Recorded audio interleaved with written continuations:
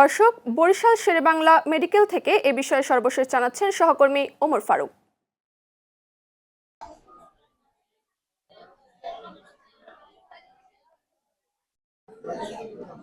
ধন্যবাদ অর্পিতা। এই মুহূর্তে আমি রয়েছি বরিশাল শেরেবাংলা মেডিকেল কলেজ হাসপাতালে হামের ওয়ার্ডে। আমার পিছনে দেখতে পাচ্ছেন হামে আক্রান্ত শিশুদেরকে চিকিৎসা দেওয়া হচ্ছে। রোগীর চাপ বেশি থাকায় বেডের পাশাপাশি হাসপাতালের মেঝেতেও চিকিৎসা দিতে হচ্ছে। স্বাস্থ্য অধিদপ্তরের সর্বশেষ তথ্য অনুযায়ী বরিশাল বিভাগে নতুন করে আরও 157 জন শিশু হামে উপসর্গ নিয়ে হাসপাতালে ভর্তি হয়েছেন। এতে চলতি মৌসুমে বিভাগে মোট আক্রান্ত সংখ্যা বেড়ে দাঁড়িয়েছে 13,896 জন। এ পর্যন্ত হামের উপসর্গে 45 জন শিশুর মৃত্যু হয়েছে এবং সুস্থ হয়ে বাড়ি ফিরেছেন 12,290 জন।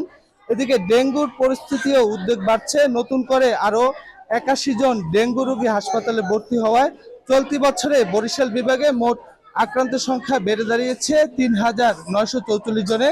এ পর্যন্ত ডেঙ্গুতে প্রাণ হারিয়েছে 8 জনের। তবে সব মিলিয়ে বলা যায় সংশ্লিষ্ট কর্তৃপক্ষ যেমনটি জানিয়েছেন, হাম এবং ডেঙ্গু নিয়ন্ত্রণে তাদের বিশেষ নজরদারি অব্যাহত রয়েছে। অর্পিত, এই ছিল আমার কাছে বরিশাল থেকে হাম এবং ডেঙ্গুর পরিস্থিতি নিয়ে সর্বশেষ। ধন্যবাদ ফারুক আপনাকে।